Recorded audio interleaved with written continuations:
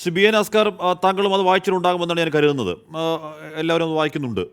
ഹസ്കർ, അവിടെ അതിനൊന്നാമത്തെ പേജിൽ തന്നെ ഈ പറയുന്ന എന്താണ്, ഇത് ആത്മകഥയോ ഇങ്ങനെയാണ് പറഞ്ഞു വരുന്നത്.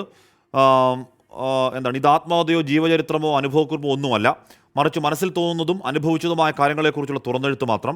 ഇതൊരിക്കലും ഞാൻ സ്നേഹിക്കുന്ന, ഞാൻ വിശ്വസിക്കുന്ന പ്രസ്ഥാനത്തിന് നിലപാടുകൾക്കെതിരാകില്ല.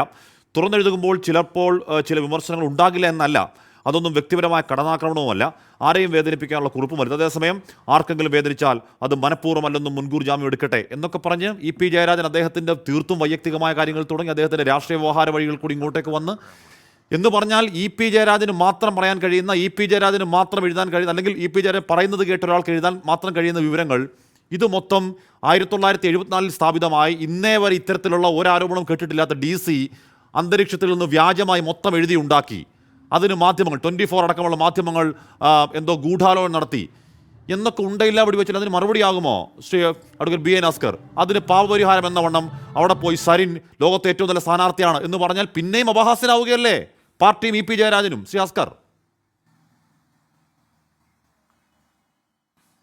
ഹാഷ്മി, മലയാള സാഹിത്യശാഖയിൽ ആത്മകഥാ പ്രസ്ഥാനത്തിന് വലിയ തോതിൽ ഒരു പിന്തുണ ലഭിക്കുന്ന ഒരു കാലഘട്ടത്തിലാണുള്ളത്. സ്വാഭാവികമായും ആത്മകഥ തനിക്ക് ചുറ്റും ലോകം കറങ്ങുന്നു എന്ന് വിശ്വസിക്കുന്നവർ മാത്രം എഴുതുന്നു എന്ന് പണ്ട് വി കെ കൃഷ്ണമേനോൻ പറഞ്ഞതാണ് ഇപ്പോൾ എനിക്ക് ഓർമ്മ വരുന്നത്. അപ്പോൾ സ്വാഭാവികമായും ആത്മകഥാപരമായിട്ട് വിവരങ്ങൾ എഴുതുകയും അതിൻ്റെ സത്യസന്ധതയെ സംബന്ധിച്ചും നമുക്ക് വലിയ സംശയം തോന്നുന്ന ഒരു കാലഘട്ടം കൂടിയാണ്. പലപ്പോഴും ഇപ്പോൾ പുസ്തക പ്രസാധന രംഗത്തെ കിടമത്സരത്തിനെ തുടർന്നും പുസ്തക പ്രസാധന രംഗത്തെ മത്സരങ്ങളെ തുടർന്നും ഇപ്പോൾ ആത്മകഥ എഴുതുക എന്ന് പറയുന്നത് കൂലിയെഴുത്തുകാർ എഴുതി നൽകുന്ന ആത്മകഥ പ്രസിദ്ധീകരിക്കുന്ന പ്രസാധകരാണ് മഹാഭൂരിപക്ഷവും ഇന്ന് കേരളത്തിലുള്ളത്. സ്വാഭാവികമായും അത്തരത്തിൽ ആത്മകഥ മരണപ്പെട്ടു പോയതിന് ശേഷവും പുറത്തു വരുന്ന ഒരു കാലഘട്ടത്തിലാണ് നാം ജീവിക്കുന്നത്. അപ്പോൾ ആത്മകഥയെ സംബന്ധിച്ച്, അതിൻ്റെ സത്യസന്ധതയെ സംബന്ധിച്ച് ഇപ്പോൾ ഒടുവിൽ വന്നിട്ടുള്ളത്, അതിൻ്റെ ടൈറ്റിൽ പോലും ഒരു സ്വയം അപഹാസ്യനാകാൻ ഒരിക്കൽ പോലും ഇ പി എ പോലുള്ള ഒരാൾ തയ്യാറാവില്ല. കട്ടൻ ചായയും പരിപ്പുവടയും ഒരു കമ്മ്യൂണിസ്റ്റുകാരൻ്റെ ജീവിതവും എന്നൊക്കെ പറയുന്നത് അത്ര സൂചനകമായിട്ടുള്ള ഒരു ആത്മകഥ ശീർഷകമാണെന്ന് കരുതാൻ നമുക്കാവില്ല. അപ്പോൾ സ്വാഭാവികമായും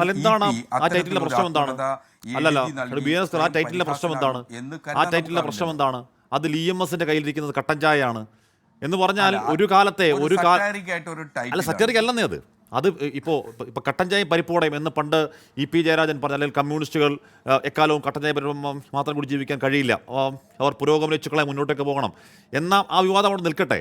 ഇവിടെ കട്ടൻ ചായയും പരിപ്പോടയും എന്ന് പറയുന്ന ആ ടൈറ്റിൽ താഴെ ഇരിക്കുന്ന എന്താണ്? ഒരു ക്ലാസിക് ചിത്രമാണ്. ആ ക്ലാസിക് ചിത്രം സാക്ഷാൽ EMS കയ്യിലൊരു കട്ടൻ ചായം പിടിച്ചിരിക്കുന്ന ചിത്രമാണ്.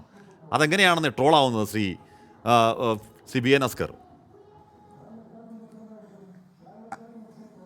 അല്ല, എൻ്റെ പരിമിതമായ ജ്ഞാനത്തിൻ്റെ അടിസ്ഥാനത്തിൽ എനിക്ക് അത്തരം ഒരു ടൈറ്റിലിനെ ഇ പിയുടെ ഒരു ആത്മകഥയുമായി ചേർത്ത് വായിക്കാൻ ആഗ്രഹിക്കുന്നില്ല, ഇഷ്ടപ്പെടുന്നില്ല. കാര്യം കേരള രാഷ്ട്രീയത്തിൽ പൊതുപ്രവർത്തകർക്കിടയിൽ ഏറ്റവും നിഷ്കളങ്കനായിട്ടുള്ള ഒരു വ്യക്തിയാണ് ഇ പി. അതുകൊണ്ട് തന്നെയാണ് വിവാദങ്ങൾ അദ്ദേഹത്തെ വിടാതെ പിന്തുടരുകയും അദ്ദേഹത്തിൻ്റെ ഓരോ ചെയ്തികളും വിവാദങ്ങളായി തീരുന്നതും ഒടുവിൽ ഇപ്പോൾ ഈ പുസ്തക പ്രസാധനവുമായി ബന്ധപ്പെട്ട് വന്നിട്ടുള്ള വിവാദവും അത് തന്നെയാണ് സൂചിപ്പിക്കുന്നത്. ഇവിടെ ഇ പി വളരെ കൃത്യമായിട്ട് അദ്ദേഹത്തിൻ്റെ നിലപാട് പറഞ്ഞു കഴിഞ്ഞു. അദ്ദേഹത്തിൻ്റെതല്ല, അദ്ദേഹം പറഞ്ഞു കൊടുത്തതോ എഴുതിയതായിട്ടുള്ളതോ അല്ല, താൻ ആത്മകഥ എഴുതുന്നതേ ഉള്ളൂ, അത് തുടർന്നുകൊണ്ടേയിരിക്കുന്നു എന്ന് അദ്ദേഹം പറയുമ്പോൾ അത് വിശ്വസിക്കുകയല്ലേ നാം ചെയ്യേണ്ടത്? മറിച്ച് അദ്ദേഹത്തിൻ്റെതല്ലാത്തതായി മറ്റാരോ പ്രസിദ്ധീകരിക്കാൻ ആഗ്രഹിക്കുന്ന ചില വിവാദ പരാമർശം, അദ്ദേഹത്തിൻ്റെ മനോനിലയിൽ, അദ്ദേഹത്തിൻ്റെ മനോവ്യാപാരത്തിൽ അദ്ദേഹം ഇങ്ങനെയൊക്കെ ചിന്തിക്കും എന്ന് കരുതി ആരൊക്കെയോ ചെയ്ത വിമർശനാത്മകമായിട്ടുള്ള കാര്യങ്ങൾ പാർട്ടിയെയും അതുപോലെ CPM-നെയും എല്ലാ കാലത്തും പ്രതിസന്ധിയിലാക്കണമെന്ന് ആഗ്രഹിക്കുന്ന കമ്മ്യൂണിസ്റ്റ് വിരുദ്ധരുടെ ഗൂഢാലോചനയാണ് ഇക്കാര്യത്തിൽ ഉണ്ടായിട്ടുള്ളത്. മാത്രമല്ല, ഈ ഉപതെരഞ്ഞെടുപ്പ് വേളയിൽ ഇത് പ്രസിദ്ധീകരിക്കുക വഴി ആർക്കാണ് ഇക്കാര്യത്തിൽ ലാഭമുണ്ടാകുന്നത്? കേരളത്തിലെ കോൺഗ്രസിന് മാത്രമല്ലേ? അപ്പോൾ ആരായിരിക്കും ഇതിൻ്റെ പിന്നിലെന്ന് വളരെ കൃത്യമായി ഇ പി ഇന്ന് മാധ്യമങ്ങളോട് പറഞ്ഞിരിക്കുന്നല്ലോ. അദ്ദേഹം അതിനെ സംബന്ധിച്ച് തൻ്റേതാണിരുന്നുവെങ്കിൽ അദ്ദേഹം ഇങ്ങനെ ഒരു പരാതിയും, അതുപോലെ സാമൂഹ്യ മാധ്യമങ്ങളിൽ അടക്കം DC നൽകിയിട്ടുള്ള പ്രൊമോഷൻസ് അടക്കം നിർത്തിവെക്കണമെന്ന് ആവശ്യപ്പെട്ടുകൊണ്ട് നോട്ടീസ് അയക്കാൻ അദ്ദേഹം തയ്യാറാകുമോ? അതെന്ത് നോട്ടീസാണ് അതെന്ത് നോട്ടീസാണ് ഇവിടെ ഇ പി ജയരാജൻ ഉന്നയിക്കുന്ന ആരോപണം എന്താണ്? സംഭവിച്ചിട്ടുണ്ട്. ഇവിടെ ഇ പി ജയരാജൻ ഉന്നയിക്കുന്ന ആരോപണം അദ്ദേഹത്തിന് കേവലം മാനനഷ്ടമുണ്ടായ കാര്യം മാത്രമല്ല. ഇ പി ജയരാജൻ ആരോപിക്കുന്നത് കേരളത്തിലെ കമ്മ്യൂണിസ്റ്റ് പാർട്ടിയുടെ ടോപ്പ് 10 നേതാക്കളുടെ പേരെടുത്തു കഴിഞ്ഞാൽ അതിൽ മുൻനിരയിൽ നിൽക്കുന്ന ഏറ്റവും ഉന്നത ശീർഷനായ ഒരു കമ്മ്യൂണിസ്റ്റ് നേതാവിൻ്റെ ജീവിതം DC എന്ന് പറയുന്ന ഈ പ്രസാധക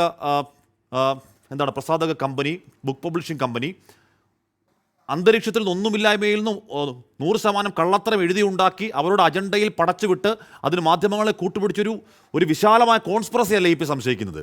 അതിന് ഈ പറയുന്ന ഫ്ലയർ അവിടുന്ന് പിൻവലിച്ചാൽ പറ്റുമോ? അത് മതിയോ? അതിൽ വിശാലമായ ക്രിമിനൽ ഗൂഢാലോചനയില്ലേ? അത് അന്വേഷിക്കണമെന്ന് ഇ പി എവിടെയും പറയാത്ത എന്താണ്? ഇപ്പോൾ DGPക്ക് ഇ പി ജയരാജൻ പരാതി കൊടുത്തു. അതിൽ പറയുന്നത് എന്താണ്?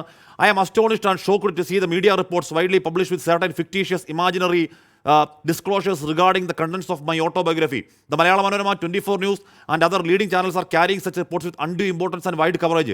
DC-ക്കെതിരെയാണ് പരാതിയെങ്കിൽ DC എന്താണ് അവരുടെ ദുഷ്ടലക്ഷ്യത്തിൽ അവർ പടച്ചുണ്ടാക്കിയതാണ് തൻ്റെ ആത്മാത എന്നാണ് ഇ പിയുടെ സത്യസന്ധമായ പരാതിയെങ്കിൽ DGPക്ക് കൊടുക്കുന്ന പരാതിയിൽ DC എന്നൊരു വാക്കില്ലാത്ത എന്തുകൊണ്ടാണ് ശ്രീ BN അസ്കർ? അങ്ങനല്ല, പരാതിയിൽ DC ആണ് ഇത്തരത്തിൽ പ്രസിദ്ധീകരിച്ചതെന്ന് പറയാൻ കഴിയുമോ? ഇപ്പം DC ആണ് ഇത്തരത്തിൽ 179 പേജ് ഏതെങ്കിലും പുസ്തക പ്രസാധന രംഗത്ത് നിൽക്കുന്ന ആളുകൾ തങ്ങളുടെ പുസ്തകത്തിന്റെ സിംഹഭാഗവും മാധ്യമങ്ങൾക്ക് നൽകിക്കൊണ്ട് PDF ആയി നൽകിക്കഴിഞ്ഞാൽ ആ പുസ്തകത്തിന്റെ വായനയെ എത്രത്തോളം ബാധിക്കുമെന്ന് അറിയാത്തവരാണോ പുസ്തക പ്രസാധന രംഗത്തുള്ളത്? പ്രത്യേകിച്ച് രവി DC പോലുള്ള പരിണിതപ്രജ്ഞനായിട്ടുള്ള ഒരു പുസ്തക പ്രസാധകൻ എപ്പോഴെങ്കിലും ഇത്തരത്തിലൊരു നടപടിയിലേക്ക് കടക്കും എന്ന് നമുക്ക് ചിന്തിക്കാനാവുമോ?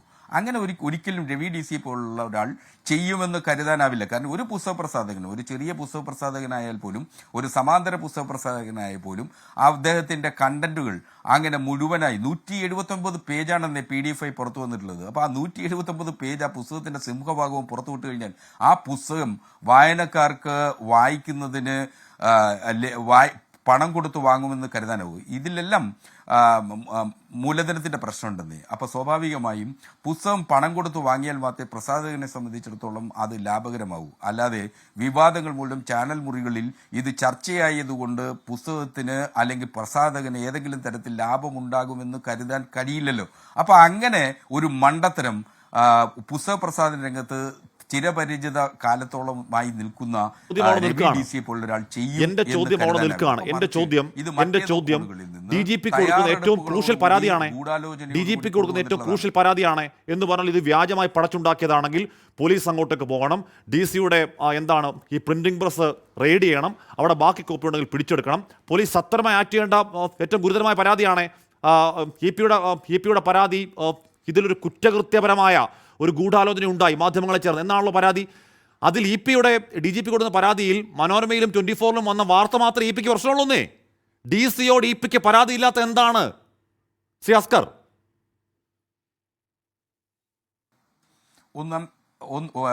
ഹാഷ്മി, അങ്ങേക്ക് അറിയാവുന്നതാണ്, പുസ്തക പ്രസാധന രംഗത്ത് പുസ്തകം ഒരു എഴുത്തുകാരനുമായി എപ്പോഴും പ്രസാധകർ നടത്തുന്നത് പരമപ്രധാനമായി ചെയ്യാറുള്ളത് ഒരു കരാറാണ്.